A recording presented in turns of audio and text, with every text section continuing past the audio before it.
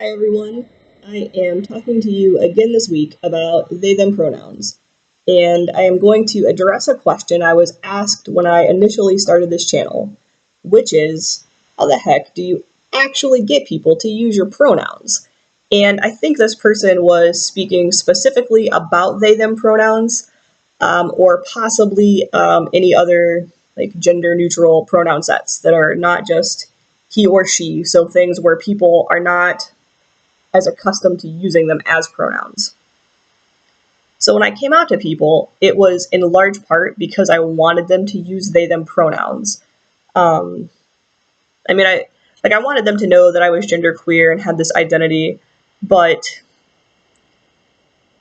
I'm kind of indifferent to if they address me certain ways associated with that. But the pronoun thing was huge for me. As soon as people started to call me they them, like I needed everyone to be able to call me they them because it just fits me super well. When I came out to everyone in this manner, I'm sorry about this weirdly shaky video. Um, I made the assumption that anyone I asked to do so would just immediately make the switch. Like it's not a big deal, just do it. My sister was super cool. Her only response was, "I can do that for you." Partially because my family is like oddly logical and analytical and doesn't have a lot of feelings, I don't think, which is fine. It works for me. But I started with that approach. So I'm assuming if I tell you that I want they, them pronouns, there is no reason you're not going to use them, other than you may occasionally slip up out of habit. And so because I took this approach, whenever someone slips up, I'm super comfortable correcting them. So if in a conversation, if I'm in a group of 4 people and my friend says, "I went with him to this new winery last weekend," because that's a thing we do a lot, I will do one of two things. I will restate what they said, like, "Oh, you went with them to a winery last weekend," or I will just kind of give them this look, not that look, more of a them, to acknowledge that they did slip up.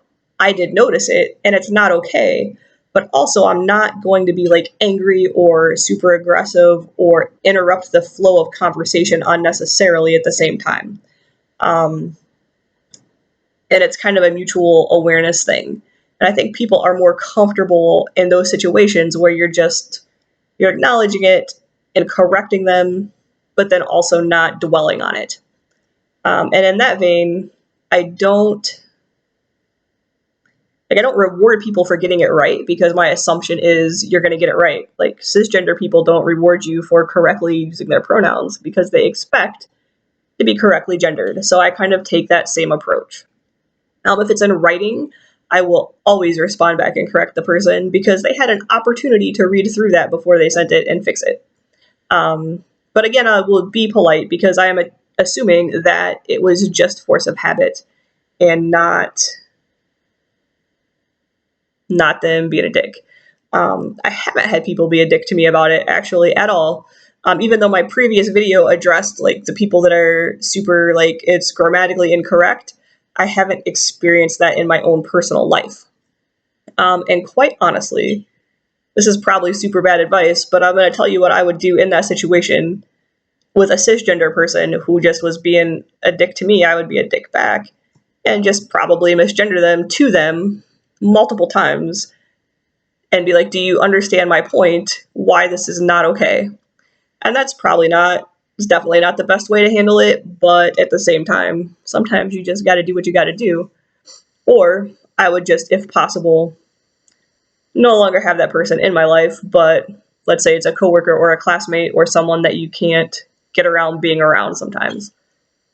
As far as like teachers, if you're in school, I have seen people who actually I've seen this a lot, like to send a letter or an email to your professor or teacher before the start of your term to introduce yourself, say this is my name on the roster, this is the name I actually go by, these are my pronouns, and again, just assume they're going to do it correctly. There was something else I really wanted to say, and I cannot remember what it was, but it was about when you correct people, and like when I rephrase things, and I assume that they're correct. I don't know. Just assume people are doing the right thing and acknowledge that they mess up and it's not okay. Oh, I remember. I don't ever tell someone that it's okay. Like if they apologize, like that's great. And I'm glad that they're recognizing it, but I don't use the phrase that's okay or like no problem. I will say something along the lines of we all slip up, or it's new to us, or new to you, or I know you're trying, or like something to acknowledge, like thanks for, like to acknowledge that they are trying, but I am not going to reinforce that it's okay whatsoever. So kind of practice using those phrases, I suppose, with people. But that's it. I like to I like to assume the best of people, I suppose, and that they are going to use my correct pronouns. So start with that approach. Get comfortable correcting them if for some reason you're not, or if it was just maybe a social situation where it was you just couldn't correct them, or it wasn't going to be appropriate, or you weren't necessarily out to everyone and you didn't want to like stir that up. Tell them after the fact. Email them, send them a text, have a conversation, whatever you need to do. That like you didn't want to say anything at the time for these reasons, but you still would like them to correctly gender you in those situations. And if you're someone who isn't out everywhere and you don't always want to be gendered that way, you should probably tell people that. But I still prefer the they pronouns whether I'm out to everyone or not. But yeah, I guess that's my advice in this super rambly video. So have a great Saturday, and I will talk to you all soon.